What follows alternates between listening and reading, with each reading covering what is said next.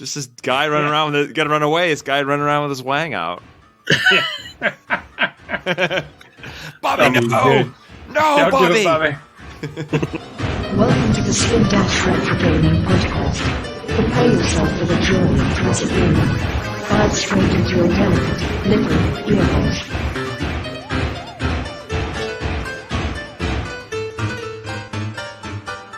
Fire away. Did you pay for? Are you paying the $50 for the Sega and N64? I would rather pay somebody to inject my dick with cement than pay for that fucking service. What a goddamn clown show!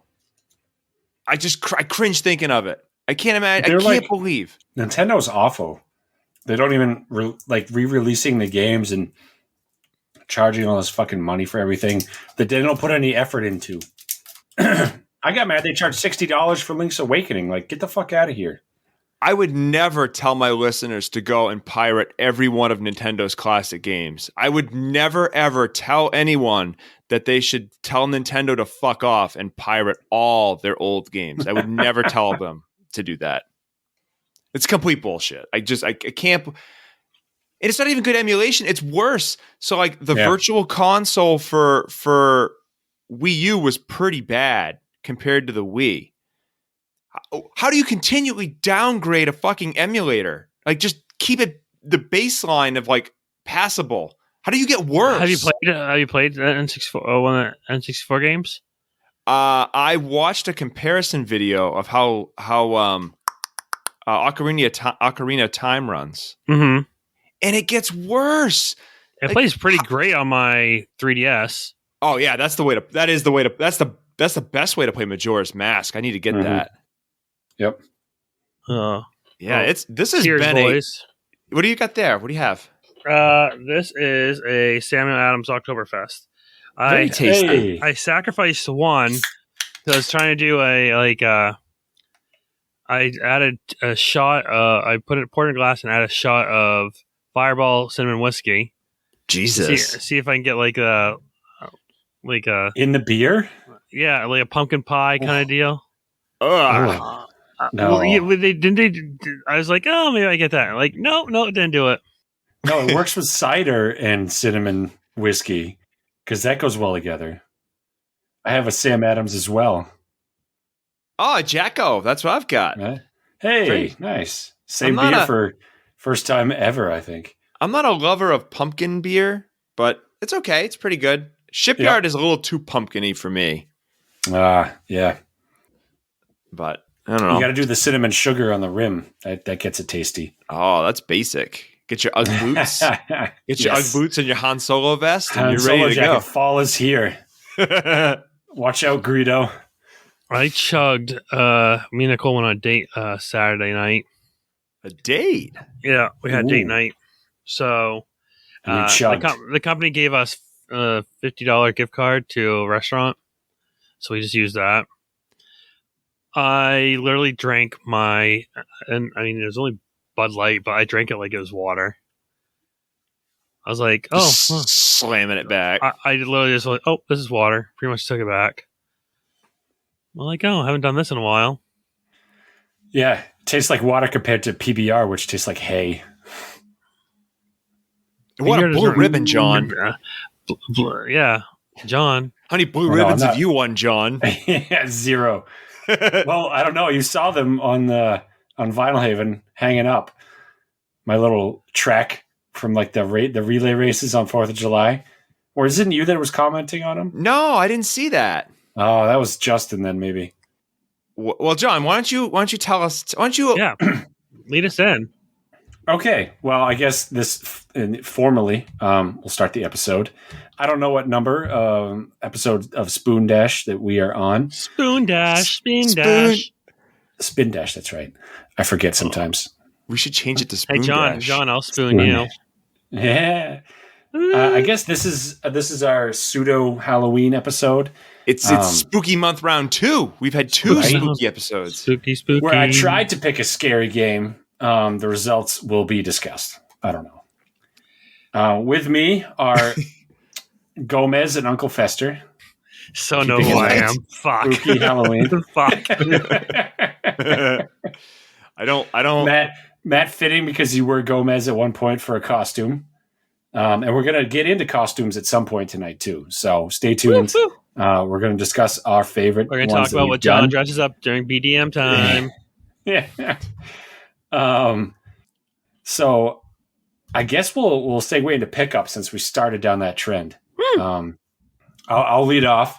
So we went out to close up my camp, and one of my old friends out on the island was out there going through some of their things, and they had a box of old video games, and then they know that we do this podcast. I've told a few people. And so they were like, here, you take these and take what you want and sell the rest and then Venmo me. And I was like, sounds like a plan. And then what did she hit us up later? She goes, hey, can you come help me move some things? Right. I think. And so I was like, Matt, you volunteered. I think you were a good sport. It was just like move an elliptical. And we we're like, all right, sure. It was pretty intense. We had to move it down some stairs. Then we got roped into moving like 10 other things. And it was a tight corner. Like that corner lifting, it's like, I'm not good at moving things because I'm kind of a bull in a china closet. And it's like, I can't replace things in this house. Yeah. It was a nice house. So we got it done. And Matt, you earned your keep helping me. So I let you pick one of the things from the box of goodies. It's like picking a kitten. You know, you had your box of kittens. And Nick, that picture that I sent you of John's pickups, I staged that just to be an asshole to you. Like I sat down, I'm like, how can I arrange all of John's pickups in a way that will piss off Nick the most? I stare at that picture. I'm like, oh, yeah. That GBA looks sexy. Yeah. So I got a GBA, GBC, some games for both of those, a PS2, some PS2 games, and a bunch of PC games that were just loose in a rubber band. The original Diablo, which we just finished. Right? I don't think we'll be able to play those because unless we find our Windows 98 machine, a lot of these things aren't going to run. But they look cool. I'll see if I can get them working. So I'm going to sell most of the stuff and then Venmo them, and I'll keep the GBA. And Nick, if you work the corner hard enough for me, you can have the GBC. Working the corner for that GBC. Yep. And Matt, you got like Super Mario for Game Boy or something? Yeah, Super Mario Land 2. And you know what? I should have hit you up for that Tomb Raider game because I think that goes for more. There's like there's two Tomb Raider games on Game Boy Color. And one's easy to get, and the other one I think is harder to get. And I think you have the harder to get one. Well, how about that? But I wanted Mario Land 2 was on my list. So it's like, six secret coins? The coins? Yeah. John, you have that, don't you? I think that's part of my collection that you got that we did the trading. Might have been. Yeah. So that was the pickup for me. Gents, what about you? That's literally it. I have nothing. My pickup will be literally when I work this corner so hard, that pull so raw that I'll have a GBC. Wow. So for context, I have an old board game called Dark World, and I was looking online, and I don't know. I hate eBay, and I hate shipping things. It's a big hassle. That's why I love Facebook Marketplace because it's all local. Just pick up, sell, whatever. And I took the board game to the board game shop, and they don't buy or sell used, but they recommended one, and it's close to where Nick lives. So I go, hey, take this to them and see what you can get for it. And Nick said they lowballed him, so he's going to find other venues. It didn't really lowball. I mean, they gave probably a fair offer because I'm sure they're going to resell it. So for them to, give what I want to it, I'm trying to sell to a person that is not looking to resell. Yeah. So I'm trying to get the maximum dollar for it. That way I earn my keep for the GBC. So I'm trying Macari. I'm going to put on Facebook Marketplace probably tonight as well before I go to bed. You do run in more board game circles than I do, so I'm gonna try. Also, I'll probably actually post the link in our. I'll post some pictures onto our IG and our Twitter with the links. So if anyone's interested in this, help a brother out. Well, still, because this is one start on to. I'm gonna start recollecting. I think I'm going to go hard for hardware for handhelds. After you got rid of all your handheld stuff, you are now back at it. I know. This is a story of your life. You have stuff, you get rid of it, you regret it, you buy it for more later on. Isn't that a story for any collector, though? Yeah. What are we doing right now but rebuying our childhood? Yeah. That's why I tell people that this is a book club for dorks. And we're entering our midlife crisis. That's how I explain it to people. And they're like, oh, okay, I understand. That makes sense. Yeah. So not only do we discuss things, but we're buying midlife crisis purchases. Yeah. I love that you said we're trying to recreate our childhood, because mine just was along like 4 years ago when we started this. And now it's gone well above that. Yeah. Now you're, and I think that's what this is. It starts off like, I want my childhood back. And then it's like, I want this thing that I saw in my childhood. And then the disease kicks in and it's like, I want everything that I ever could have wanted plus more. I think we're on that trajectory. Whatever that second Bomberman game is for 64 that goes for like 100 plus. Yep. I saw that on Facebook and I was like, I think that's the one I'm missing that I had as a kid that I want and I don't have, but it's easily over $100. So that might be a little tough for me to sneak. So the highest price game I think right now that it was a part of my childhood that I would have to rebuy, and it's not even that pricey. Well, it's kind of pricey. Is Maximum Carnage. When that's on your list. Yep. Surprise. That's there. It is. It is, yeah. It's my most expensive, I think, property that I owned and would have to rebuy, because all the games I played were so common or mass produced. For an SNES, it was Zelda: Link to Past. That goes $20 maybe for a loose copy. Yeah, maybe a little. That range. That range. So nothing too extravagant. And my Sega collection is pretty good, and the fact that Sega games are pretty cheap still, all considering. Though it looks like they've been taking a jump. Is it just everything's taking a jump? It's miserable. What a miserable time to buy. I think Final Fantasy II has doubled in 3 years. Yep, it's crazy. Yep. That's my bench point, because that's when benchmark, because I started grabbing stuff off Facebook Marketplace, and that was the one I was like, yeah, this is it. And I paid $30 for it off Facebook Marketplace. Yep. And I was like, all right, I'm back in the business. Now it's like 50 plus. Nice. Ridiculous. Yeah. But yeah. I think the only console I really need to get in my possession though right now is so I can have for my childhood is the NES. I don't have an NES. You also don't have a Dreamcast. No. But the only game I have a spare of each of those. Fucker. John, see what John is doing.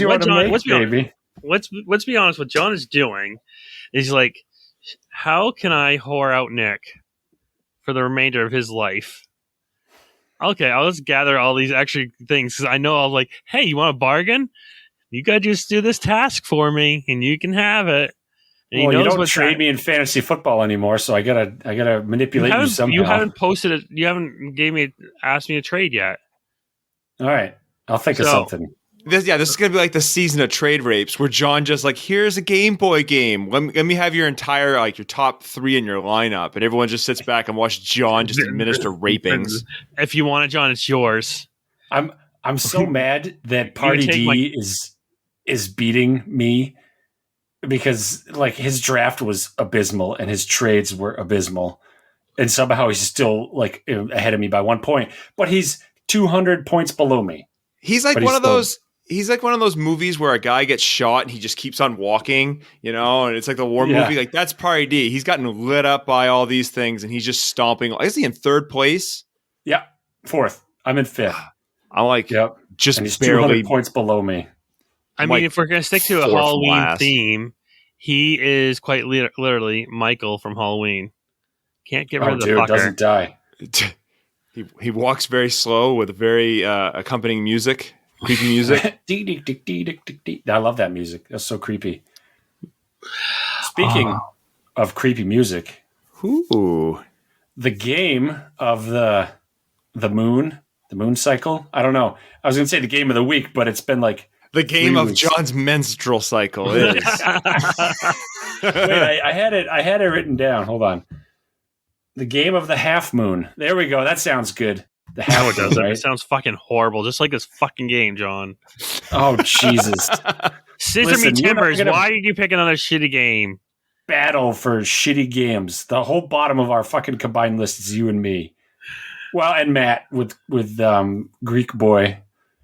That's a great game. I need to produce some shit so you guys understand the meaning of.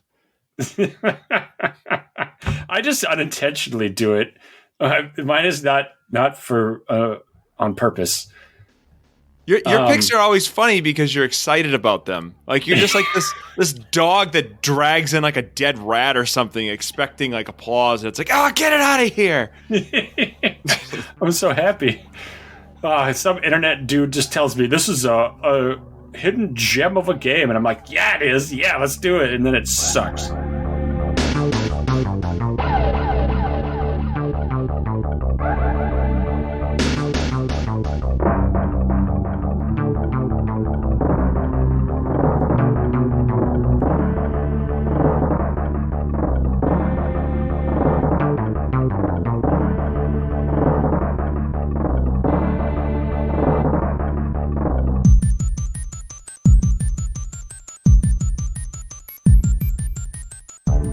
Oh, man. So we played Clock Tower for the Super Nintendo, or I should say the Super Famicom, because this was never released in the US. It was in 95 in Japan, and it was done by Human Entertainment. What the fuck is that name?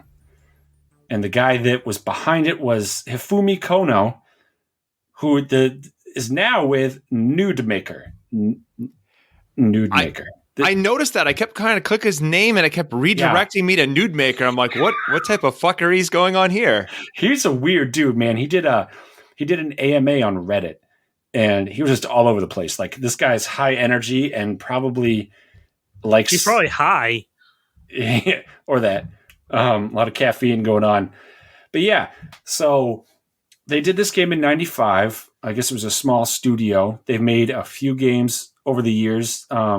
I'm just going to say that Human Entertainment became Nude Maker, I guess. And I looked at one of their more well-known ones was Steel Battalion on Xbox. And this game is nuts, dude. I want that controller so fucking bad. Oh my God. It was like Steel Battalion. I was like, this looks like a typical mech game. But it's not. It had like a 50-button fucking like whole cockpit set up so you could drive a mech. Like $200 is what it sold for at the time, I think. Wow. I don't doubt it, man. That's a lot of hardware. You know, that's crazy. And now it's like way beyond that for price. Yeah. I mean, it looks like it'd be fun to play because I've never seen pedal controls with a mech game. Not that I think I played Gundam something once on computer and that was it. I don't think, strike that. I did buy a mech game. And then I returned the mech game the very next day. Yeah, it's because I think it was like I think it was a Gundam actual series Gundam, for like that's it. Yeah, for the Xbox 360. And I was a huge Gundam Wing fan back in the day, so I'm like, a Gundam game, sure. I'm like, this is not fun. They were slow. That and you had, I think you had to learn all of the configurations. You had to learn how to pretty much in a sense drive a friggin' mech suit. It's like, okay, no bueno here. No. But this game, Sesame Timbers, John. Clock Tower, baby. The guy was so I did a little bit of research, and the guy was inspired by Dario Argento, and he made this movie called Phenomena, and it was released as Creepers in the U.S. with who I swear Jennifer Connelly was the actress in that. I don't think she's aged. No, she's like Tom Cruise, man. She is still gorgeous, and I've liked her in most of the stuff she's done. So I'll definitely watch this because she plays an orphan girl and she runs into all these weird things and can talk to bugs and shit. So that's where he got the inspiration. She talks to bugs, and there's a scissor guy. Yeah. Yep. A scissor boy. Yeah. Yeah. So you start out. So you are an orphan girl named Jennifer, and you get adopted with a couple other orphan girls to a large mansion that looks very ominous, right? Kind of a bad omen. So they go in and they're sitting around. I don't know. The intro was kind of not great. You just walk around a little bit and you talk to people and everybody's grumpy. And then somebody's like, I'll go get the master. Or Mr. What was his name? Mr. Barrows? Yeah, so it's the Barrows. It's the Barrows mansion. And I think the girls get adopted by Mary Barrows. Mary, that's right. That's the mom. Yep. The lady of the house. And then all of a sudden, everybody goes missing. Like everybody that's in that room disappears, and you wander around for a little bit, and then you see someone and you're like, oh, thank God. And then the fucking scissor guy drops through the stained glass window and impales the girl on the floor. And it's oh shit. How did you get that? Starts. How did you get that scissor? It's different. Depending on ways you go, there's different. It's kind of it's like those books, like depending on what like page you go to or you decide to read to, it goes. So same with this game, depending on what path you take. Oh. I think it might be random too. How did you trigger that? Because I wanted that. It's funny you mentioned that because I wanted that and I kept trying to get it and I kept getting other things. Yeah, that was it, man. It was just like, boom. I walked in to the next room. I don't know if it's triggered by like the room orders that you go in or like, what do you do? It was. Do you remember? Did you walk to the right or walk to the left initially? I think it was to the left. Oh, yeah. Weird. And then he just starts chasing you, and you got to run. And I got away from him pretty quick, and I only saw him like one other time the whole game. Really? He left me alone. Yeah, until the very end. Yeah. But this. This is where I got bored. I got so bored with this. I was impressed with like the puzzle aspect of it and how creepy the music was. But the whole, like, you got to have a mouse with your D-pad and you could easily just go over stuff and miss it. You know, like it was tough to click on things. That was a little frustrating. Matt, I think you sent us a picture. You were using a mouse, right? So there is a hack. So we're playing, it actually is a hack of a hack. So it was never released in the US. So we had the translation that was done by Aeon Genesis back in, I think they did it in 2001. And a lot of Super Nintendo games are translated by Aeon Genesis. And we've already played one, Cave Story. And we'll be playing many more. So be prepared for that. But someone released a version, I guess because the team was so small, they didn't have time to go in and do proper Super Nintendo mouse support. So somebody did a hack of the hack to let you play the Super Nintendo mouse support. And they brought a lot of the PlayStation because this was eventually ported to the PlayStation as Clock Tower, The First Fear. That's right. And they brought a lot of the features into that. So if you followed a walkthrough for the Super Nintendo one, this one would actually vary a little bit. But it's still controlled like shit, even with the mouse. Yeah. So the face buttons all do something different. So when you have the mouse, you're limited to like the mouse movement and then right click, left click. It was really hard because like sometimes you need to press X to stop her from running. Sometimes you need to bring up it was a pain in the ass. I went back to playing with the controller because I couldn't stand the mouse. Well, I think the thing with this game is it was a 2D game trying to work onto a 3D level. Right. Yeah. So that's what was hard because like you could in a sense go to the background in some cases to open a box or you do something, and then you come to the foreground to then continue moving, and then you're depending on your level of fear was depending on how if you didn't trip or stumble or anything like that. So you had to also maintain that. So it was just hard to have all these this maintenance in a sense and play the game.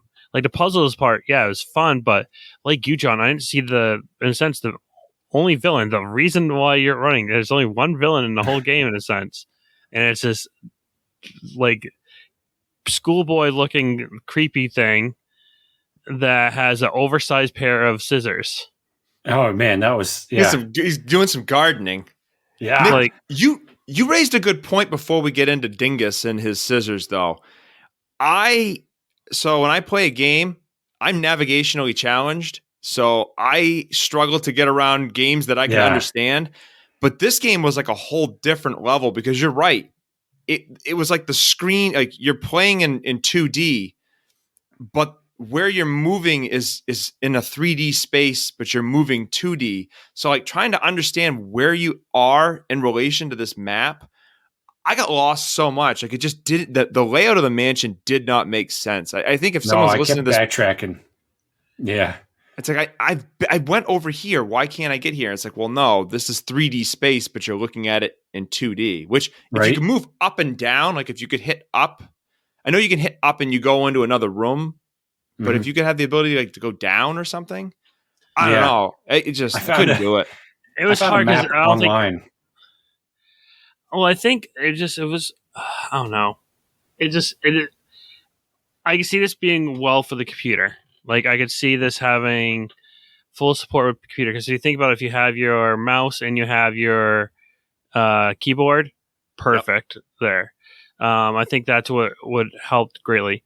But when you're having a directional pad that literally up, down, left, right, and it just made like the whole control system scheme just made this game unenjoyable. And realistically, it's not even a long game. No, you could beat this in maybe, if you know what you're doing, an hour, maybe even quicker. A solid hour. Right. So I digged around and it took me 2 hours. So with that, it's just like I remember I'm like, okay, I'm going to play this game. I played it on one of my emulation devices, my handheld. I'm like, oh, done. I'm like, oh, okay. So you beat it. Yeah, I was like, I kind of wanted, I guess I wanted more out of it. I think that's what it was. It's just like I wanted more, like, and I'm not really fond of non-survival games with no action as well. So I like to be able to fight back, I think, or have something of that essence. Now, granted, one of my games that's coming up that I picked that's up front here is a similar game as far as there's realistically you actually don't fight anything. It's all stories and puzzles, but it fit. But this one just, I think like the music was great. I think it wasn't matching. Also, the graphics, I think, was not what I would have wanted. Like I feel like this would have been better if it was a straight PC and they did cutscenes. So to give it some credit, I don't think up until this point there has been. So this game was released, what, 95? Yep. There wasn't a whole lot that I remember, like point and click games that were as ambitious as this. So like the NES had a ton of point and click adventure games, like I don't know, Shadowgate, Deja Vu, Maniac Mansion is the one that reminds me of this the most, where like you're clicking and moving around a character. And I think they had a port of King's Quest as well. So, I mean, the NES had done point and click. I don't know if there's any on the Super Nintendo. But I think this game's, I will give it credit, like, very early horror. I mean, what horror games came before this? Alone in the Dark and Sweet Home? I can't think of any others that you know. I mean, there was like action horror. I had like Splatterhouse and stuff like that, but you know, you can't count Castlevania in that. But I mean, this game is like early on both fronts. Like it's an early point and click game, and it's an early survival horror game. So I got to give it some props, I guess. Yeah, I found it way easier. I found a map online that it was a top-down map. So that was still a little bit too like, this is odd because you're looking at it like this and you got to look at it. So I managed to get my way around with that because it labeled the rooms too. And that was tricky because you had to find certain items in different rooms. And sometimes it would trigger the scissor man. Sometimes it wouldn't. I watched some videos too to see like what differentiations there were. And it's all pretty much follows up to like you have to go down into like the caverns under the basement. And yeah, this was weird. So you're like stumbling around. You're like, oh, there's a tank of kerosene and a desk. And you're like, oh, that's weird.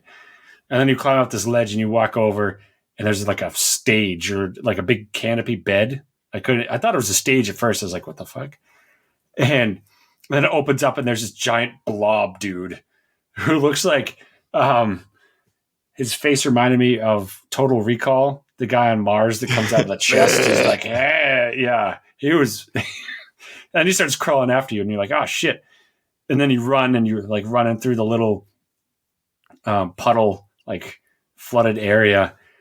And then you climb up this ledge and you kick over the can of kerosene and it hits a lamp or a lantern and the dude bursts into flames. And for as much as this game did with like the scary features and all that, this was the shittiest death. It's just like a wobbly fire. Yeah. And you just hear, it sounds like a phone vibrating far away from you in a jacket. It didn't sound like anything horrific dying. Like this should have been terrifying, like a giant blob on fire with some crazy sounds. And it was just horrible. They couldn't get the sound effects right, man.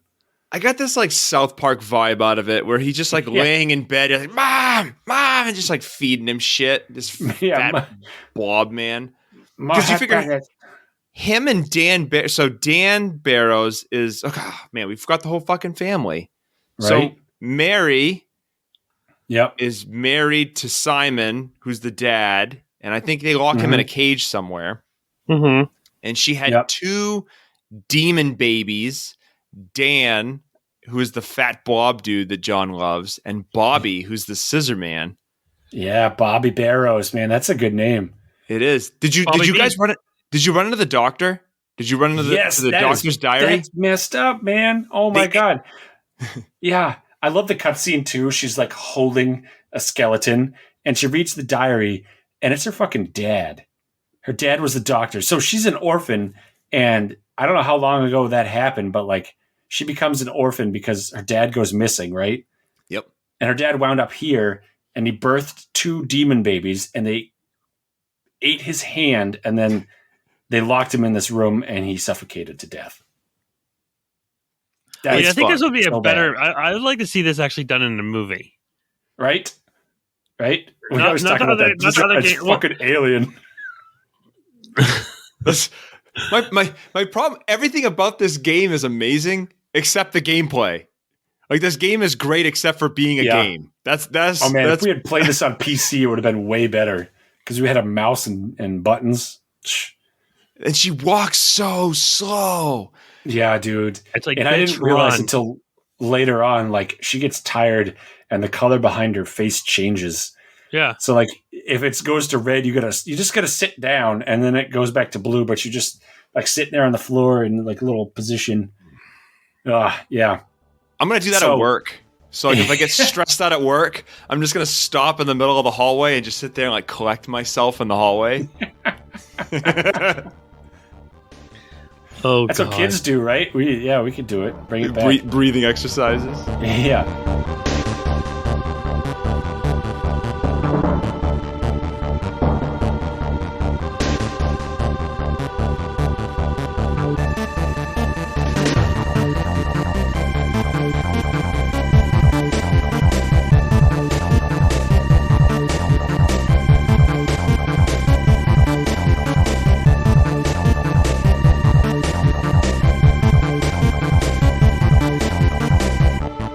Yeah, I think that the game was very short. There were some items and some rooms, and I don't know, there was nothing of merit besides Scissor Man and the ending, where the blob guy chases you, and you take the elevator after you set him on fire, and then you wind up way up at the 3rd floor, and it's like an attic, I think, and all of a sudden, boom, Scissor Man's on you, and you run up to the platform.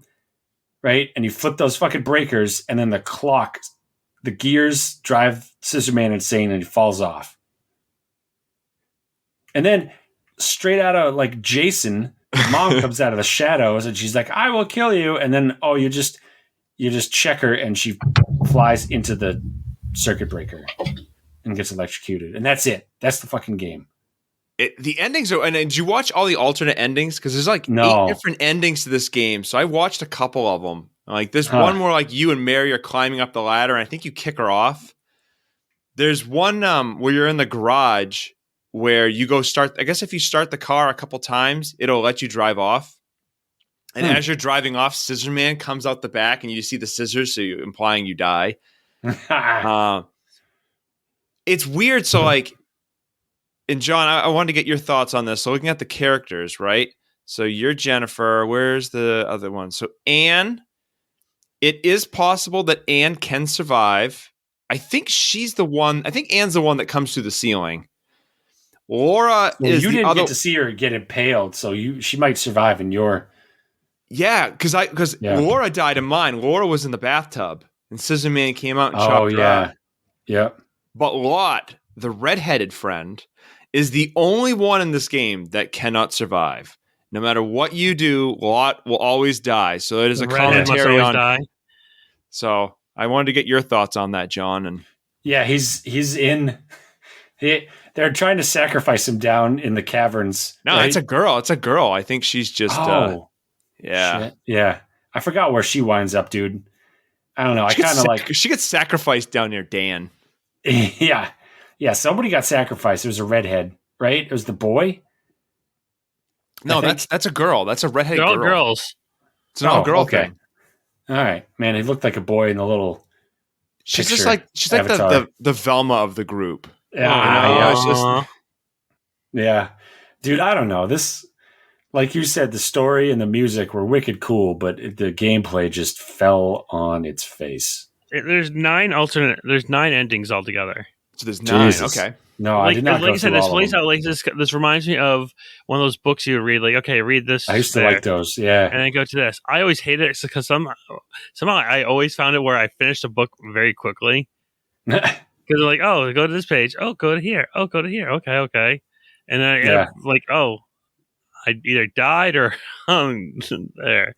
So I didn't care for this book, but it's just. I don't know. I think I was, like I said, I was looking for, I think, a little bit more robust in the game. It was played too fast. It plays fast. If you go through it, like I said, max 2 hours. If you're good and you know what you're doing, hour. What got me is this led to a lot of YouTubing. I'm surprised I even went back to it because I watched so many YouTube. And by the way, if you get on YouTube and you set this thing at 2 times the speed and you watch someone play through it, and you're like, wow, this is great. This is a great game. I feel like if they just sped the game up by twice as much, I would have enjoyed it. But you interact with certain things and the order in which you interact with them. So I was up on one of the floors, freaking Bobby's coming after me, and you have to like place a board down over the gap in order to go across it. And I kept clicking. And it would not allow me to pick up the board. And I got pissed and said, fuck it, I'm out. And then I shut off the game. I'd had enough. Yeah. I kept getting killed in the playroom or the nursery by the flying thing. Oh, the doll? Flying toy. Yeah, dude, that killed me like twice. So I rage quit over that. Yeah, I couldn't figure out what to do. I was clicking on everything in the room, and finally I just hit it just right.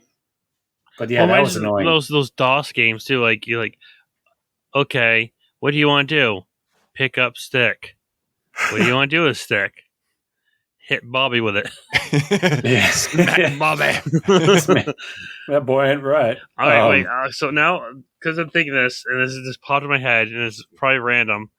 Why don't we go for me, you, all three of us next year? We dress up as the characters, and dibs on Dan. No one dibs on Dan. John, you gotta be Bobby. I feel like you might get some dork to recognize Bobby. Like maybe out of like 500 people, one person is going to recognize Bobby from Clock Tower. Maybe. Right? So, total side tangent on this. I've read a lot of Stephen King books. I don't know if you guys have. One of his longer ones, and this was a good one. I put it in my top 5 was Insomnia. And I'm surprised they never made a movie about this either. But it's about this old guy who has insomnia, but then enters like this hallucinogenic state where he can see this cloud or like this balloon above people's heads. And those that are like healthy and everything have like a nice shiny balloon.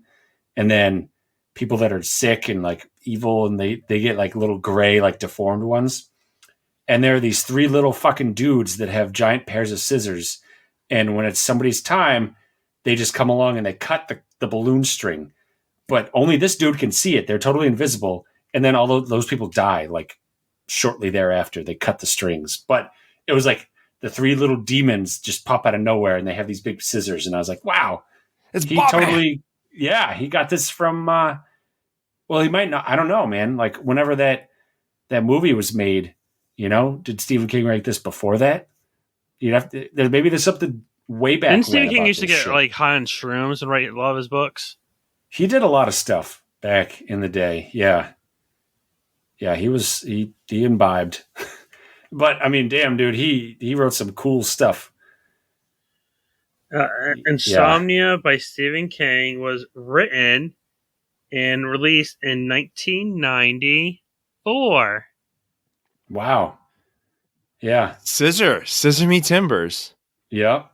Well, the movie that this guy got ideas from was in the 80s. So yeah.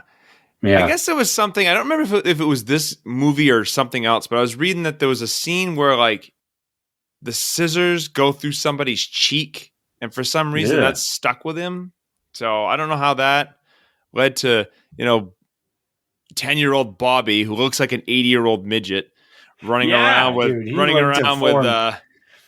what reminds me of they just like they're I don't know, they're both gross and deformed. Wicked. So I'm trying to think if I've got anything else on this game. I mean, it was very, very, very short. Yeah. Well, I thought because I mean it's a big series too. It's a popular series. Yeah, it's got sequels. Oddly enough, the sequels are shittily titled. So there's because Nick, you were in the chat and you're like, yeah, which fucking Clock Tower? I'm like, well, duh, Nick, the fucking Super Nintendo one. What other one would it be? And then I looked and it's like, well, no, they named the sequel on PlayStation Clock Tower. It's like, well, that's a stupid decision. Yeah, they were going to release some of them for iOS and Android, but that never happened. There's way more characters. I did some research. Like the third one had way more people and way more fucking weird bad guys in it. Well, you have so many. There's variant games too. I mean, you have Clock Tower 2. You have the Clock Tower, which is for the PlayStation. You have then the Haunting Ground and Nightcry, and Clock Tower 3. So this game, Capcom took over it. Did they really? Mm-hmm. Interesting.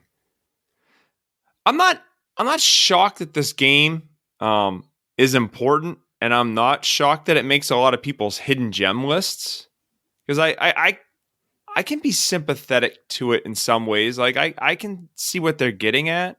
I think there's so many good ideas in this game. Yeah. But it's just like, I'm fucking 35. I don't have time to wait and watch this girl, saunter through this friggin' mansion. It's like, my God, just move. I know, my patience for slow parts in games is evaporated. Yeah. And that's where I think this would have been just by some actual action. Like, maybe there's like, overgrown spiders or something where you had to stomp or something. Just something you could fucking hit. I mean, you spray some cockroaches with some pesticide. That's about Otherwise they eat you alive, yeah. Yeah, fuck. Oh, everything had a consequence in this game. Yep. I read somewhere that if you don't bring the meat when you end up meeting Simon, I never ran into him. He eats you because he's been trapped in a cage. Yeah, I saw that. Yeah, that's brutal. Yeah, dude, this would make a great movie. Like a fucked up old mansion and some weird shit. And a dude with scissors. Scissors. It did build the suspense. Yeah. Wrong ham. Those scissors were so comical, though. Like, this reminds me of a horror movie, though. In this case, a game that's trying to be a horror movie, but they tried so hard that it becomes a comedy. Chucky. All the Chucky series. Or the Evil Dead series. Oh, yeah, those are good. Yeah. Yeah, we were going through our horror movies that we owned, and I have the first Evil Dead. I forgot about that. I found the case. I found Red Dragon in the movie collection. Ah, I like that one. No. Wait. So, that. Yup. The replacement DVD that was in there is gone, so I just chucked the case. So somewhere there's, what was that, like Barnyard Sluts 4 or whatever? I remember, yeah. So we derailed this video game podcast. When we lived in our 6-dude apartment on campus, we had a wall of DVDs, and we all just put ours on there. I think, Matt, you might have had the most. And people would bring movies over and leave them. And I don't even remember how it got into our apartment. But one day it's like, Red Dragon was sitting on the TV console. I was like, oh, this is a good movie. And I was like hungover. I was like, I'll watch it. And I open it up and it's a porno. There's just a porno in there instead. And I'm like, what?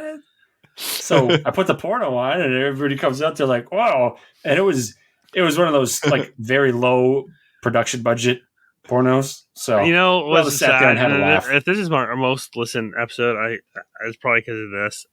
I could see like some porn director like, you know what, I want to make a video game spoof, a video game spoof movie, porn movie. Oh, Clock Tower. Oh, we'll just call it Cock Tower. You just have a little midget running around with. Oh God. You got this. Yeah, you got the script started. Run with it. I learned that they're video game spoofs. They exist.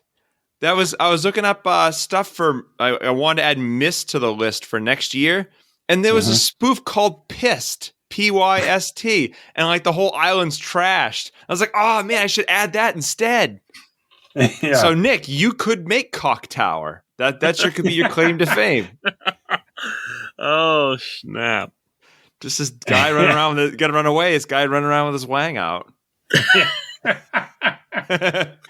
Bobby, no, don't Bobby. Bobby. Oh, Dan would be a great character. Dan Barrows is just a cam whore lying on his bed all day. It's like Orgasmo. I'm gonna make you come. Oh God! Fuck. Break your dick off. South Park guys getting a lot of reference tonight. Oh yeah, I know. Maybe we can get them sponsors. Right. So I had mentioned that we were going to talk about our costumes. I think this is it. We got to rank it. Hold on. Let's rank this bad boy. We got to do a ranking before we get into costumes. Okay. Oh, this is my bottom. This is so Nick. This is your lowest. This is my lowest. Okay. Well, that's easy on me. Wow. Hawk Tower. Wow, that's a bold move, Cotton. Okay. John, where does this sit for you? What are my bottom 3? All right, so John, your lowest currently is Crystal Warriors. That's staying at the bottom. Okay, so it's going to go about then Crystal Warriors, then Body Harvest.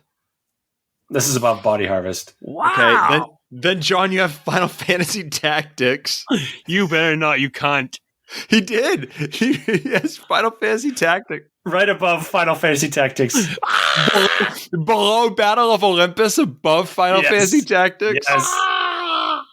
Wait, I'm going to redo that because Battle of Olympus sucks more than I think about it now. No, you cannot redo it. This is final. Oh, you prick. So hold on. Where are you putting it? Because once you've got it on the list, I can't change it. That's legal. Above Battle of Olympus. So below TMNT 2? Above TMNT 2. What the fuck? This thing's climbing. No, down. Yeah. Right, right below TMNT 2. All right, so in between Battle of Olympus and TMNT 2. Oh, yes. That's a sound noise.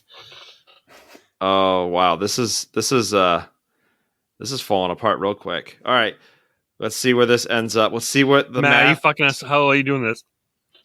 Well, our scores are basically always an average. So based on, I would say a moderate vote by me, not really, John's the high vote. I put this in between Crystal Warriors and TMNT 2. So this is my third lowest pick.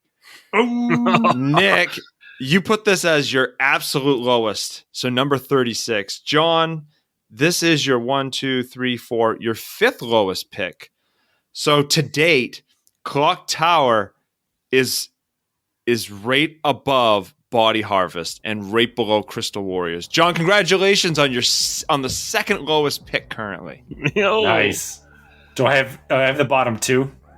Body Harvest, yeah. Body Harvest, you will need to work very hard to top that, in my opinion. Yeah.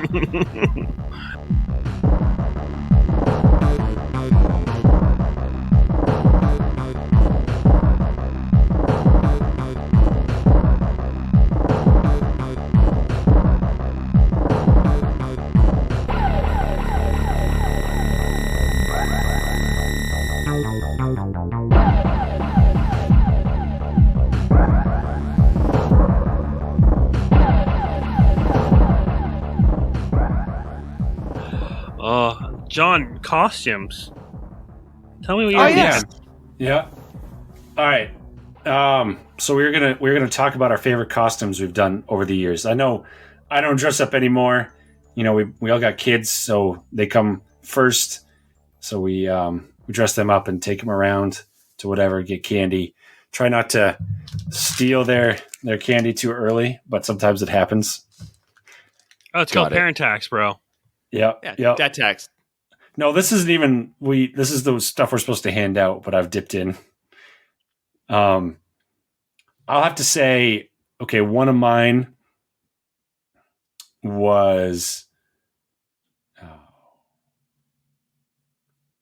Rory and I were Stu and Dee Dee Pickles. That was a solid one. That was a solid one. Yeah. And it was done. We went to like a really small party, so it wasn't, a big production, but it was still fun. We had more fun finding all the shit and making them, because we found a headband and we hot glued. I shaved styrofoam down and we wrapped her hair, and then we dyed my hair purple and we made a tie. And I found like just old. It's so fun when you find something at Goodwill that like really works. Yeah. So that was one of mine. What about you guys?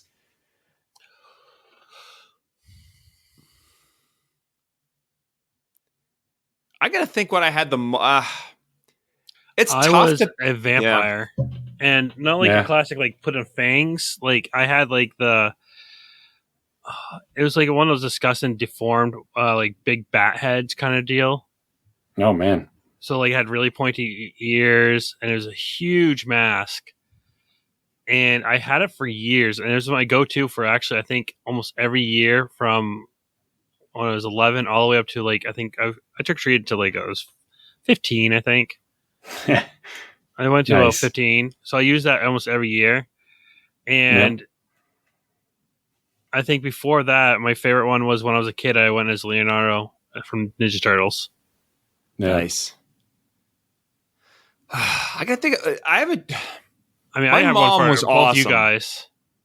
Hmm? I have one. I have one of you guys. I mean, I have my favorite one that John had. Oh, so we're only doing Halloween costumes. I think that was Halloween. So still, this would count. I like the fact that you guys did a bro costume of the brothers from Walking Dead. Oh yeah, yeah. That was fun. That was fun to make. Because you were I was Daryl and you were Merle. Yeah, we did all right. We didn't get as much recognition as I thought we would. No, because that was current. That was a current costume. Mm-hmm. We should have done Mega Man and Proto Man. That would. We still can. I like nerdy dads. I'm trying to think of costumes I like. I went as Mario one year. Speaking of nerdy costumes, Mom made me a sweet-ass Mario costume. But people nowadays will look at it and they'll be like, why do you have the colors all wrong? Why are your pants red and the shirt blue? That's not what Mario looks like. Or I flipped that. The old one it was. And the old one it was. The colors were weird. If you looked at the manuals, they were different. Yeah. So your mom was just too legit to quit. My mom was legit. We didn't know any better back then. We just going off the manual. But my mom used to make mine. Yeah, it was cool. My mom made me a pretty good wizard one year. I did the spirit gum beard. That stuff got stinky. Yeah. My mom is directly responsible for my absolute fucking hatred of the burdock plant. I cannot fucking stand burdock. I have had a lifelong battle with it. So one year I was dressed up as a skeleton. I had this like really cool like felt skeleton thing. And there was this Halloween pumpkin contest and someone put burdock as the skeleton's hair. And I brushed up against it with this fucking felt costume. I got covered in burdock. And the more I kept trying to pull it off myself, and it got up around like my collar of my shirt. So I was fucking ripping it was awful. I was picking burdock out. I fucking hate burdock. So yeah. Yeah, that's unpleasant experience. I have a top 3, and the Stu and Dee Pickles. Yep. Bob Ross, just because. Yeah. I did it before everybody else started doing it. And then E.T. I was Elliot. That was just because of the reactions. And there was that one moment with Party D, man. So Nick, I don't know if you know this story, but like we literally were bar hopping. Yeah. And when you're all down in Boston. Yeah. We were very excited. We were all very excited about John's ET costume, which was really awesome. However, Party D took it a little too far. So we walk in a bar and he walks in and he goes, "Somebody get this guy a blowjob." And he yells it out the second like the bar goes quiet and everyone just stops and looks at John with his ET costume. Oh my God. Yeah, the worst timing on that. It's amazing. I like it because I get to design something fun. Like my job is designing things that are mostly boring, and I have creative things that I need to express, and just that shit is like it's directly boom. I wear it. I get to enjoy it. It makes other people laugh. Like that ET thing. I just all I knew is that I needed bike handlebars and a milk crate. And I was like, to make this thing work, I need those. I saw one guy online that did it somewhere, and he had a red hoodie and the handlebars and a milk crate. And I was like, I could do this. So, yeah, I found a red hoodie at Target. I found bike handlebars at a bike shop, little kid ones for like $10. And then freaking Dan found me a milk crate because I had to fly. I was like, I can't fly with a milk crate. He's like, oh, I got you. And he had ones kicking around.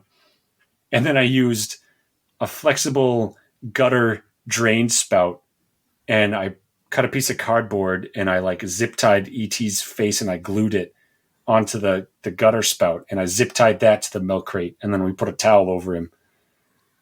It worked. And I like the picture. Yeah, that one was awesome. I haven't been creative in a while. So what are the kids going as, since we're talking costumes? I don't even know. So there was a meltdown here about that. Cam didn't like his, so we're subbing out a costume. I have no fucking idea what it is. Oh, no. So my kids are going as Spider-Man and Spider-Gwen. I was half tempted to buy a spider suit because I am big and fat in a sense, and I was thinking of doing Into the Spider-Verse as the Spider-Man that was overweight and walking around and going out. All he has like a trench coat and he has a donut, and walk with my kids and see if anyone gets the reference. That's awesome. Old man Spider-Man, yeah. Just buy one that's too small. Kids large. I was looking for something like if I get the costume for like $20, I'll definitely do it. I'll put it on and go, and it'd just be fun to just do. But to no avail. But kids are going as geek household. My kids are really into comic books. I actually read my daughter a comic book every night. So cool. There you go. Yeah, my kid's been liking Spider-Man and His Amazing Friends. Yep, the cartoon on Disney. Yeah, so that's why my kids are going as Spider. Yeah, that's a funny little cartoon. We asked our kid what he wanted to be, and he goes, "I want to be a potty."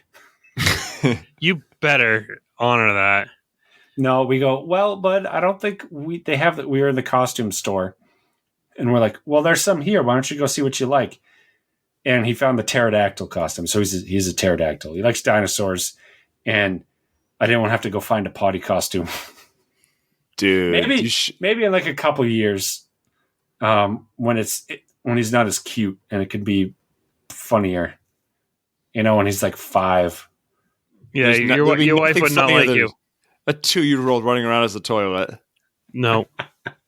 All right, I'll indulge him next year. There we go. Hey, well, maybe next year we can get all our kids to do some video game oriented one. Yeah, I think the Wackies would shoot that down. No dice. I'd probably get my kids to do Mario, and I could definitely. Well, my son was Mario last year. There you go. But I probably get it again. Yeah. I'd like to do Mario Kart. I was going to say I could get the wife to agree to Yoshi. She likes him. There we go. I'll be Wario. I'll be Waluigi. Nick, you could be Wario. Okay. All right. I'll definitely do that. Well, this was a great spooktacular. Who's got next? Who's next? So hold on. I think what we're doing, the trend going forward, and John, you set the precedent with Mother 3. No. 2 picks. Each host gets 2 picks, or if you're going to have an RPG and we have to split it, it is what it is. You've stretched it out. So John, you're up next, and you have 2. No, this is the second. This is your last pick. Sorry. Yep. So I'm picking Crystallis for the NES. Crystallis. I'll hop on that. I wanted a solid pick. Yeah. And this looks pretty good. So John's trying to redeem himself. I am. You're getting out of the bottom. Bottom feeder. Yeah. Well, if you got that, then after you is me, right? Yeah, you get 2. Yep. 2 in a row. I think we definitely added Maximum Carnage to the list. And I forgot what the other one I picked was. Claymates. Oh, yeah, Claymates. So we'll see how that goes. Those are two SNES games. So, because I was going to pick a Sega game, but John would bitch. So, Maximum Carnage is on Sega. It is, technically, yep. Get out of here. I'll play a Sega game. He's bitch so much. I already converted Matt. Matt's converted. I got a Dreamcast game coming up, Nick. So we got to get you situated or running it on Dreamcast. Steam. Oh, I'm sure. What am I going to have to do? When am I going to have to get that Dreamcast, spare Dreamcast off you now? I don't know what you got. Not much. We'll discuss. Stay tuned for. You already rate me enough as it is. Get the fishnets, Nick. Get the fishnets. Oh, get that lube out. All right, Nick. Now it's your magical time. Follow us on our socials, on the good old Instagram at Spindash Retro and Twitter, Spindash Retro as well. You can listen to us on all major podcasts, Google Podcasts, Apple Podcasts, Stitcher Radio, and we're on Spotify now, I think, as well. Yeah. So why not? Good. So we also have a Discord that is a direct invite link into our socials as well. Please join the community. You get to yell at John all you want, and he'll take it like he loves it. He likes. And also just a community where we can all talk about video games, get back to our childhood, and hopefully get your guys' input on other picks, and, maybe join us up on here. Have some guest appearances, maybe. I will also be posting John's game officially on Instagram and the link to where to buy it. And if you guys want me to get Game Boy Color, please buy the game. It'll be fair. Fucking mooch. Hey, salesman to the end. Thank you guys for listening to Spindash Retro. Until next time.